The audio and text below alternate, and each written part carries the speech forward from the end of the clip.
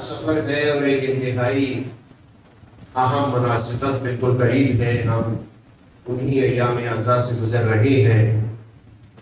خداوند متعال نے قرآن مجید میں مختلف طریقوں سے اپنی حکمتوں کا اظہار کیا۔ حضرت انسان کے لیے موت و حیات کو بھی اپنی تخلیق قرار دیا۔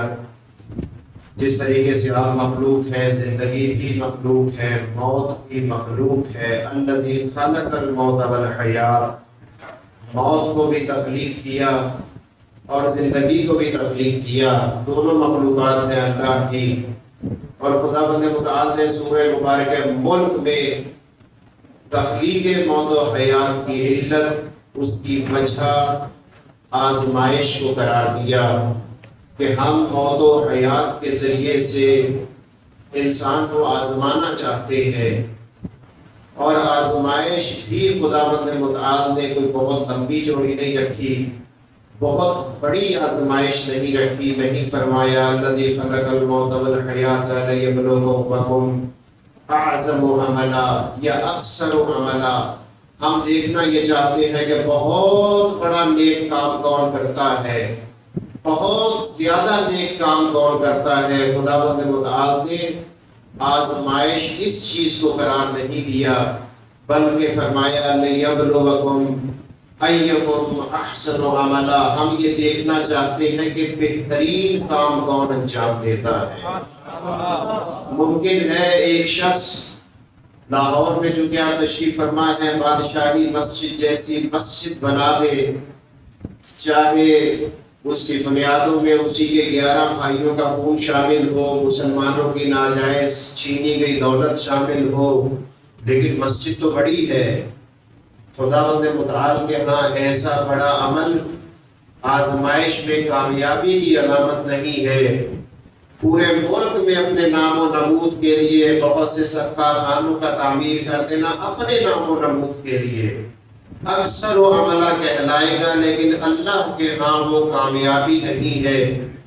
لیبلوکم ایکم احسن عملا۔ 52 سال تک اہل بیت علیہ السلام کی خدمت میں رہنے والا آخر میں بہشت کی بو بھی نہیں سونگھ سکتا، لیکن لیبلوکم ایکم احسن عملا، صبح عاشور آنے والا اور سب سے پہلے بہشت میں پہنچ جاتا ہے۔ لیبلوکم ایکم احسن عملا۔ ہم بہترین عمل دیکھنا چاہتے ہیں، ہمیں بڑے عمل کی ضرورت نہیں ہے، ہمیں زیادہ عمل کی ضرورت نہیں ہے، ہمیں بہترین عمل کی ضرورت ہے۔ تو بس معلوم یہ ہوا کہ خداوند متعال نے موت و حیات کی تخلیق فرمائی اور اس کو آزمائش قرار دیا، اور آزمائش کی بہترین عمل کو قرار دیا کہ کون انجام دیتا ہے۔ اور پھر اس ترتیب میں یہ بھی بتایا کہ خلق الموت والحیات، ہم نے موت کی تخلیق پہلے فرمائی ہے، زندگی کی تخلیق بعد میں فرمائی۔ گویا کہ خدا نے یہ بتلا دیا، اے حضرت انسان، اسی دنیا کی زندگی کو اپنی آخری زندگی نہ سمجھنا، ہم نے پہلے موت تخلیق کی ہے۔ یہ جو موت اس دنیا میں آتی ہے، اس کے بعد بھی ایک زندگی جاوداں موجود ہے، وہ احسن عمل کے نتیجے میں ہے۔ وہ جو تمہیں ابدیت بخشتی ہے، جو تمہیں جاوداں بناتی ہے، وہ اس دنیا میں جو عمل انجام دو گے اس کا نتیجہ ہوگا۔ کتنے خوش قسمت ہیں وہ انسان جو کار خیر اس دنیا میں کر کے جاتے ہیں۔ ہمارے یہ عزیز، ہمارے یہ دوست، ہمارے یہ بھائی سید حیدر علی، جن کے ساتھ ہمارا رشتہ 1980 کے آخر سے لے کر 2021 تک کا تھا، 40 سال کا عرصہ ہم نے اکٹھے گزارا۔ یہ کوئی معمولی عرصہ نہیں ہے۔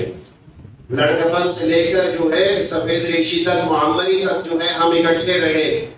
اور کیا خوب لکھا ہمارے بھائی نے سید حیدر علی زیدی کی خدمات کے اعتراف کے طور پر کہ ہمارے اس بھائی کی زندگی کم تھی، نیکیاں زیادہ تھی۔ ایثار یہ ہوتا ہے کہ انسان اپنی ضرورت بلکہ اپنی شدت ضرورت کے باوجود دوسرے کی ضرورت کو اپنے اوپر ترجیح دے۔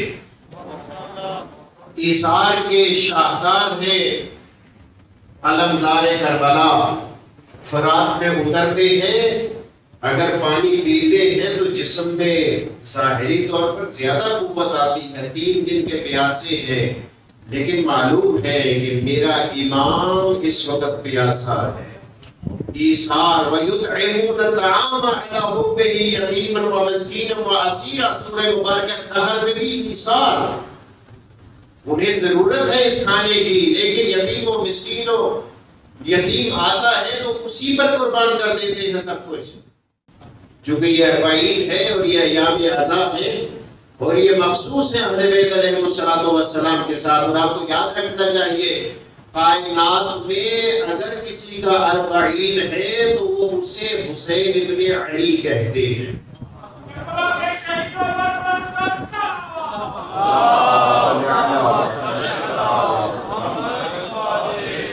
کسی کا 40 نہیں ہے، کسی کا چہلم نہیں ہے۔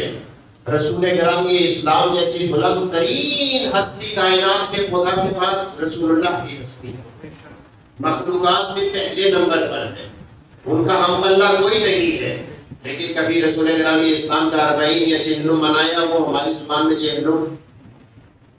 مولا امیر المؤمنین حسنین شریفین کے والد ہیں افضل منہما، لیکن 21 ماہ رمضان تو مناتے ہیں، چہلم تو کبھی نہیں منایا۔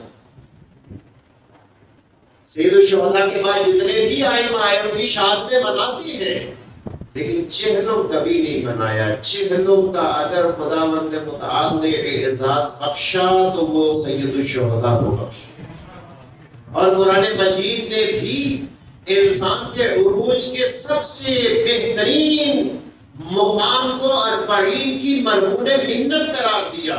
کسے حضرت موسیٰ کو دیکھ لیجیے، حضرت موسیٰ نے اپنی قوم کے بار بار کہنے پر دیدار خدا کی خواہش کر دی۔ ہم نے موسیٰ کو بلایا 30 لیلہ، 30 راتوں کے لیے موسیٰ تشریف لائے، لیکن 30 راتوں میں اس درجے پر موسیٰ نہ پہنچ سکے جہاں پہنچنے کے بعد دیدار کی تجلی ظاہر ہو سکتی تھی۔ خدا کہتا ہے وَأَتْمَمْنَاهَا بِعَشْرٍ، ہم نے 10 راتوں کا اور اضافہ کر کے 40 راتیں کی۔ 40 راتوں کے بعد خدا کی تجلی نظر آئی، اور تجلی بھی ایسی جسے موسیٰ برداشت نہ کر سکے۔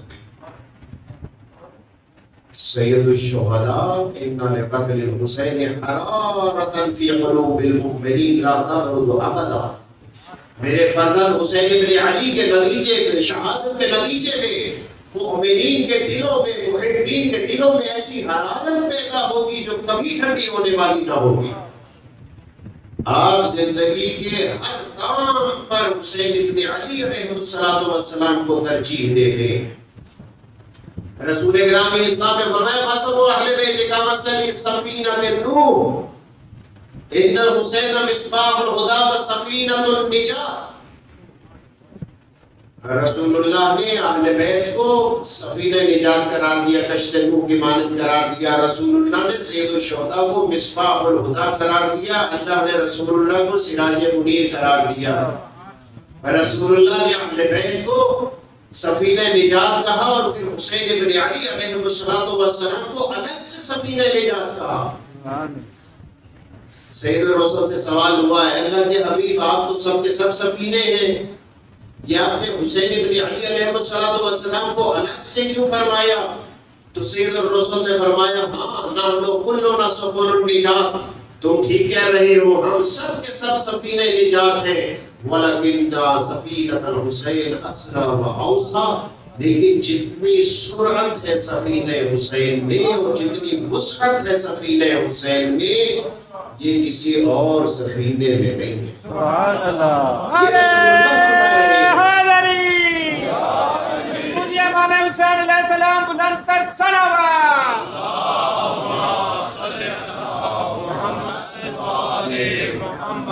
یہ کسی اور سفینے میں نہیں ہے۔ پھر میں وہی مثال دے دوں روز عاشور کی، اللہ اکبر، سفینہ حسین سب سے سریع ہے، سرعت اس کی زیادہ ہے، فاوسع وسعت زیادہ ہے، اور آخر میں آیا ہے سمولیا ہے، اور آخر میں آیا ہے سب سے پہلے بہشت میں پہنچایا، سب سے پہلے بہشت میں پہنچایا ہے۔ خداوند متعال نے بھی قرآن میں فرمایا، اب اس لفظ میں توجہ رکھیے گا، سفینۃ النجات۔ میں عموماً کہا کرتا ہوں کہ اگر آپ میں سے کسی کو میں کہوں کہ آپ فلاں کار کی مثال ہے، آپ فلاں جیپ کی مثال ہے، تو بڑی عجیب سی مثال ہوگی، اور ہو سکتا ہے کہ میں اپنی بے احترامی بھی کروا بیٹھوں کہ میں اچھا بھلا انسان ہوں اور مجھے تشبیہ دے رہی ہو کشتی کے ساتھ، کار کے ساتھ، موٹر سائیکل کے ساتھ، جیپ کے ساتھ۔ کبھی آپ نے توجہ کی کہ رسول کرام یہ اسلام کیوں فرما رہے ہیں اہل بیت سفینہ نجات ہے؟ کبھی آپ نے توجہ کی کیوں فرما رہے ہیں کہ حسین ابن علی سفینہ نجات ہے؟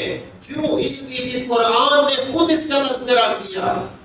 حضرت نوح جب تھک گئے تو اللہ کی بارگاہ میں عرض کی، رب انی مغلوب منتصر، اے اللہ میں اب تھک گیا ہوں، اس قوم کو ختم کر دے، اس دیار کو مٹا دے۔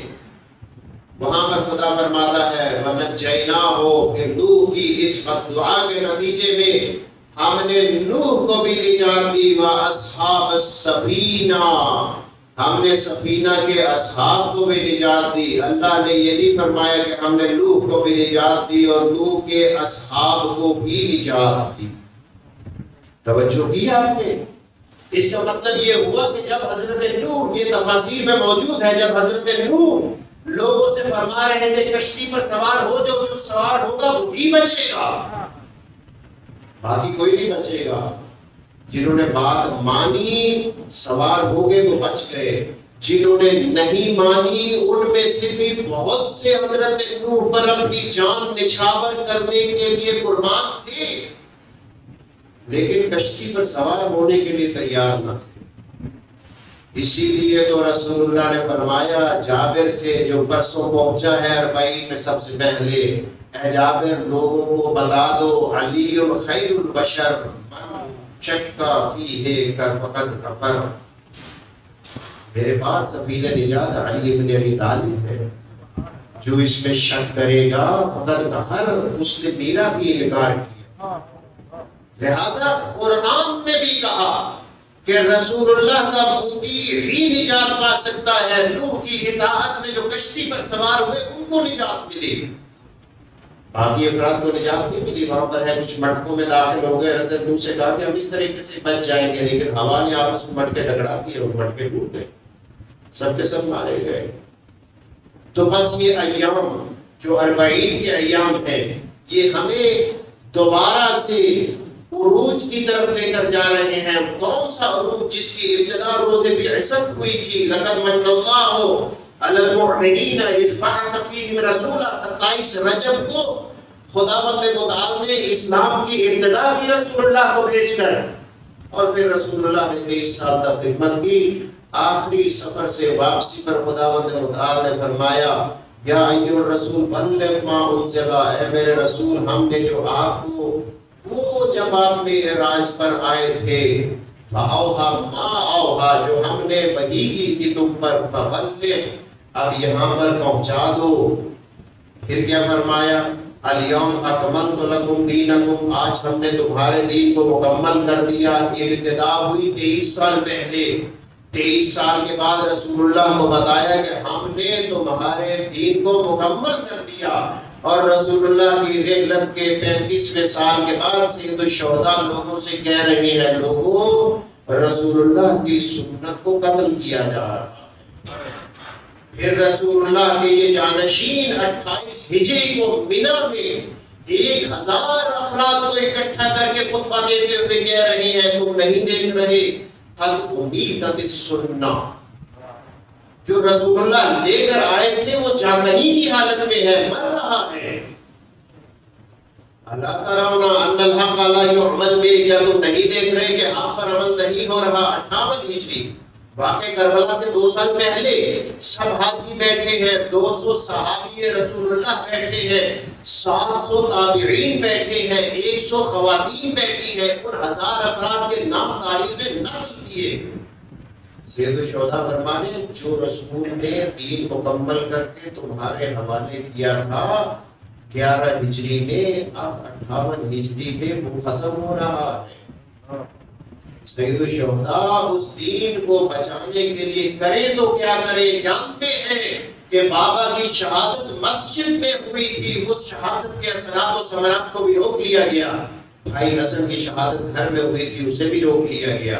اس کا مطلب ہے کہ مسجد میں اور گھر میں شہادت سے ہٹ کر شہادت دینی ہوگی۔ نکلے ہیں سفر پر، مکہ سے ہوتے ہوئے پہنچے ہیں کربلا میں۔ کربلا بہت مختصر ہے، اگر کوئی جاننا چاہتے اور اگر کوئی اس کی لطافت کو پہچانے تو پوری زندگی کے لیے کافی ہے۔ زندگی کم ہے، عاشور زیادہ ہے۔ عاشور کی ابتدا ہے اذان حضرت علی اکبر سے، اور عاشور کی انتہا ہے سجدہ حسین بن علی کا۔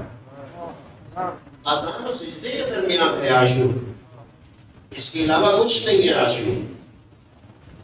اذان سے ابتدا ہے، سجدے پر اتمام ہے، اور اس سجدے سے احیاء کا آغاز ہے۔ اسلام کا احیاء کیا جا رہا ہے۔ اس احیاء کے لیے اتنے مضبوط لوگوں کا انتخاب کیا ہے سید الشہداء نے کہ اس آخری سجدے سے صرف آدھا گھنٹہ پہلے فرما رہے ہیں خیمے کے در پر بیٹھ کر خواتین کو اکٹھا کر کے وَلَا تَقُولُوا بِأَلْسِنَتِكُم مَّا لَمْ تُصِبْ طولانی خطبہ ہے، میں صرف یہی حصہ آپ کی خدمت میں عرض کر رہا ہوں۔ تمہارے اوپر مصیبتیں ابھی آ رہی ہیں، انشاءاللہ اللہ حامیکم، اللہ تمہارا مددگار ہے۔ پھر فرمایا تمہاری زبان سے کوئی ایسا فکرہ نہ نکلے مَا نَنْقُصُ قَدْرَكُم، جو ہماری قدر و قیمت کو کم کر دے۔ شجاعت کے ساتھ مقابلہ کرنا ہے، کسی کی محنت سماجت نہیں کرنی۔ بعض اوقات مصحف پڑھتے ہوئے محنت سماجت کا انداز اختیار کیا جاتا ہے، ایسا کربلا میں نہیں ہے، ایسا کوفے کے راستے میں نہیں ہے، ایسا شام میں نہیں ہے، کہیں پر نہیں ہے۔ اگر کربلا کو سمجھا جائے تو کہیں پر نہیں ہے۔ اگر زیادہ سے زیادہ کریا ہے تو وہ اس انداز میں ہے، اس انداز میں ہے کہ سواری خیمے میں آتی ہے، سکینہ بنت حسین سواری کے قدموں سے لپٹ کر پوچھتی ہے کہ میرے بابا کو پیاسا شہید کیا گیا یا پانی ملا دیا گیا؟ اگر کوئی دامن کی آگ کو بجھانے لگتا ہے تو اسے روکتی ہے، میں رسول ذاتی ہوں، مجھے ہاتھ نہ لگانا۔ یہ نہیں کہا کہ میں چھوٹی ہوں، یہ نہیں کہا میں کمزور ہوں، یہ نہیں کہا کہ میں آگ بجھا دوں، کہ نہیں، آگ کی فکر نہیں ہے، حرمت کی فکر ہے، مجھے ہاتھ نہ لگانا، میں رسول ذاتی۔ کربلا کی لطافت کو پہچانیے، کربلا کیا کہہ رہا ہے؟ وہ شب کتنی مشکل شب ہوگی جسے ہم شام غیبہ کہتے ہیں، 15 منٹ گفتگو سنتے ہیں، آنسو بہاتے ہیں اور اپنے گھروں میں چلے جاتے ہیں۔ اللہ اکبر، کہ ایسی شب تھی، جلے ہوئے خیمے تھے، بلکتے ہوئے بچے تھے، زخموں سے چور، روحانی اور جسمانی طور پر مجروح امام سجاد تھے۔ امامت کی بہار تھی سید سجاد۔ کیا وہ آسان کام تھا کہ غیر مسلم راوی کہتا ہے کہ میں نے علی کی بیٹی کو کوشش کرتے ہوئے دیکھا خیمے میں بار بار جانے کی، پھر ایک مرتبہ آگ میں چلی گئی، میں نے دیکھا اپنے پشت پر کسی کو اٹھایا ہوا تھا، پتہ چلا یہ حسین کا بیٹا علی بن حسین ہے۔ کیسی وہ شب تھی جس شب میں گھوڑوں کے ٹاپوں کے نیچے شہید ہو جانے والے بچوں کو اکٹھا کر رہی تھی جناب زینب سلام اللہ علیہ۔ بہت مشکل شب تھی، بہت مشکل شب تھی۔ آپ نے دیکھا، پرسوں بھی دیکھا، کل بھی دیکھا، ہمارے بھائی حیدر علی کے بیٹے کو، بیٹیوں کو، زوجہ کو، بہنوں کو تسلی دینے والے بہت سے لوگ موجود تھے وہاں۔ اس روایت کے مطابق جب مولا امیر المومنین آئے ہیں تو کیسے لپٹی ہے بیٹی باپ کے قدموں سے۔ اگلا دن اس سے بھی سخت تھا۔ امام زین العابدین فرماتے ہیں میں جان بوجھ کر غم کے شہیدہ سے گزارا کیا۔ امام فرماتے ہیں جب ہم گزر رہے تھے تو میں نے پتھروں کے ڈھیر کے نیچے بابا کی لاش کو دیکھا، قریب تھا کہ میری روح اور بدن کا رشتہ جدا ہو جائے، پھوپھی نے مجھے پکڑ کر جھنجھوڑا۔ فکرہ دیکھیے، فکرہ جذبات کا نہیں ہے، فکرہ حکمت کا ہے، دین کو بچانے کا فکرہ ہے۔ مالکا یا بقیت جدی و ابی و اخی، اے میرے نانا، اے میرے بابا، اے میرے بھائی کی میراث بقیہ۔ آپ امام زمانہ کو کہہ دیں نا بقیت اللہ، یا بقیت جدی و ابی و اخی، اے میرے زمانے کے امام اپنے آپ پہ سنبھالیے۔ امام فرماتے ہیں کہ میں نے اپنے آپ کو سنبھالا، آخر میں بھوکی رہ گئی، سارا وقت آ گیا تھا، اور میرا دل یہ کہتا ہے کہ عصر عاشور سے لے کر اب تک تو پھر رو نہیں سکی تھی، کیونکہ وہ پتا تھا اگر میں روئی تو قافلے کے اوپر اس کا اثر ہوگا۔ امام فرماتے ہیں ایک مرتبہ میں نے پیچھے دیکھا تو بندھے ہوئے ہاتھوں کے ساتھ بھوکے نے اپنے ہاتھوں پتھروں کے ڈھیر میں گرا کر کہا انت اخی حسین، رسول اللہ کے شانوں پر سوار ہونے بعد تو حسین جب پتھر کے نیچے دیکھا تو لالچی کا منظر تھا، کیا میرا ماں جو ہے حسین تو نہیں ہے؟ اس سے پہلے کہ زینب بنت علی شیر کی شیر دل بیٹی کمزور پڑ جاتی، فوراً مدینہ کی طرف رخ کر کے کہا صلی اللہ علیہ ملائکۃ السماء، نانا جان محمد کو آسمان کے فرشتے درود و سلام بھیجتے ہیں، ھذا حسین مرمر بالدماء، یہاں ذرا آئیے۔ حسین ابن علی نے اپنے خون سے غسل کیا، پھر برسوں کا دن ہے، سکون کا دن ہے، جابر پہنچا ہے مدینہ سے چلتے ہوئے، عطیہ اوفی آپ کے ساتھ ہے، نہر فرات سے بڑے اطمینان سے غسل کیا ہے، کربلا ہے لیکن بڑا امن ہے، کوئی دیکھنے والا نہیں ہے، غسل کیا ہے، خوشبو لگائی ہے، جابر قابیلہ ہو چکا ہے۔ عطیہ سے کہا مجھے میرے دوست کی قبر پر پہنچاؤ۔ عطیہ نے پکڑا، جہاں نشان تھا کہ یہ حسین ابن علی کی قبر ہے، جابر کے ہاتھ کو لے کر مٹی کے اوپر ہاتھ کو رکھا، کہا جابر تمہارے دوست کی قبر ہے۔ جابر نے اپنا رخسار رکھا، بے ہوش ہو گئے، پھر ہوش آئے، السلام علیکم یا ابا عبداللہ حسین، پھر کان لگایا قبر کی طرف، کہا کہ حبیب لا یجیب حبیبا، دوست اپنے دوست کو جواب کیوں نہیں دے رہا؟ یہ کہنا تھا کہ عطیہ نے کہا جابر جلدی کرو، دور سے کچھ آ رہا ہے۔ دیکھا کہ قافلہ پہنچا ہے، رٹا ہوا قافلہ، آگے ایک نحیف جوان ہے، اس نے کہا ان قبروں سے ہٹ جاؤ، 11 محرم کو یاد کیجیے اور 20 صفر کو یاد کیجیے، وہاں حسین ابن علی کے اس قدم کے ہاتھ میں کچھ نہیں ہے، کہاں آگے آگے ہے، کہاں قبر سے ہٹ جاؤ۔ حسین ابن علی کی بہنیں آ رہی ہیں، جابر نابینا ہٹ گئے، علی کی بیٹیاں قبر کے اوپر آ کر گر گئی، لیکن بڑا یہ سخت منظر تھا، سید سجاد اس کا ذکر نہیں فرمایا کرتے تھے۔ منحال کو ایک دن فرمانے لگے، آج مصیبت ذکر بھی منحال کو فرمانے لگے، منحال شام کا جو میں بار بار تذکرہ رکھتا ہوں نا، شام پرس تھا، منحال دن کے وقت سورج کی بڑی تپش ہوتی تھی، جس گہلخانے میں ہمیں رکھا گیا تھا اس کی چھت نہیں تھی۔ امام نے کہتے ہوئے اپنا بازو ننگا کیا، کہا منحال میرا بدن جل گیا، میری بھوکیوں کے بدن جل گئے اس سورج کے نیچے۔ منحال رات کے اندھیرے میں میں باہر نکلتا تھا، ظالم مجھے لادیانے مارتے تھے، میں اندر آ جاتا تھا، سانس لینا مشکل تھا، منحال میں تو مرد تھا، میں شام کا نام کیوں نہ لوں، جو بیویاں تھی وہ کیسے سانس لیتی ہوگی، منحال تم تصور نہیں کر سکتے۔ اسی دم گھٹنے والی گرمی میں نے اپنی بہن اللہ کے حوالے کر دیا، نہ میرے پاس غسل کا انتظام تھا، نہ میرے پاس کفن کا انتظام تھا۔ خوش وقت ہے حیدر علی زیدی، اتنے لوگ اتارنے والے تھے، اتنے لوگ اتارا دینے والے تھے، ہمارے لیے یقیناً ہمت کا مقام کربلا ہے، ہمارے لیے شام کا دربار ہے، ہمارے لیے شام کا زندان ہے، جہاں پر فرزند حسین فرما رہے ہیں کہ میرے پاس کچھ نہیں تھا، میں نے بابا کی امانت کو وہیں پر سپرد کر دیا، ہم سب دعا گو ہیں، ہم سب کو کربلا کے راہیوں میں سے قرار دے۔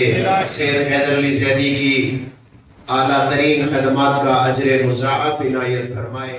اللہ محمد وآل محمد کے صدقے میں ہماری دعاؤں کو ہمارے بھائی سید حیدر علی زیدی کے حق میں قبول فرما۔ یا اللہ محمد وآل محمد کے صدقے میں حضرت ولی عصر کے ظہور میں تعجیل فرما۔ ہمیں دنیا میں حسینی بن کر رہنے کی توفیق عنایت فرما، اور آخرت میں سید الشہداء کے غلاموں کے ساتھ محشور ہونے کی سعادت نصیب فرما۔ یا اللہ محمد وآل محمد کے صدقے میں اس مقام مقدس کے بانیان پر اپنی رحمتیں نازل فرما، جنہوں نے اس مقام کی آبادی کے لیے، اس کو آباد کرنے کے لیے کوششیں کی، آج اس دنیا میں نہیں ہیں، ان پر اپنی رحمتیں نازل فرما۔ جو موجود ہیں انہیں بھی توفیق وافر عنایت فرما۔ یا اللہ محمد وآل محمد کے صدقے میں علماء اعلام مجتہدین اعظام کا سایہ دولانی فرما، رہبر معظم انقلاب اسلامی کو طول حیات پر برکت عنایت فرما۔ محمد وآل محمد کے صدقے میں مملکت اسلامی پاکستان کی حفاظت فرما، اس کے داخلی اور خارجی دشمنوں کے چہروں کو سیاہ فرما، ان کی سازشوں کو ان کے گلے کا طوق قرار دے، اس ملک کی حفاظت کرنے والوں کی حفاظت فرما۔ ہمیں اپنی دینی دنیاوی ذمہ داری کو سمجھنے اور انہیں پورا کرنے کی توفیق عنایت فرما۔ خدمت گزاران ملک و ملت کو صحت و سلامتی عنایت فرما۔ ربنا تقبل منا انک انت السمیع العلیم۔ محمد سے بولی وہ ذات خدا، بتا تجھ کو کیا چاہیے۔ محمد سے بولی وہ ذات خدا، بتا تجھ کو کیا چاہیے۔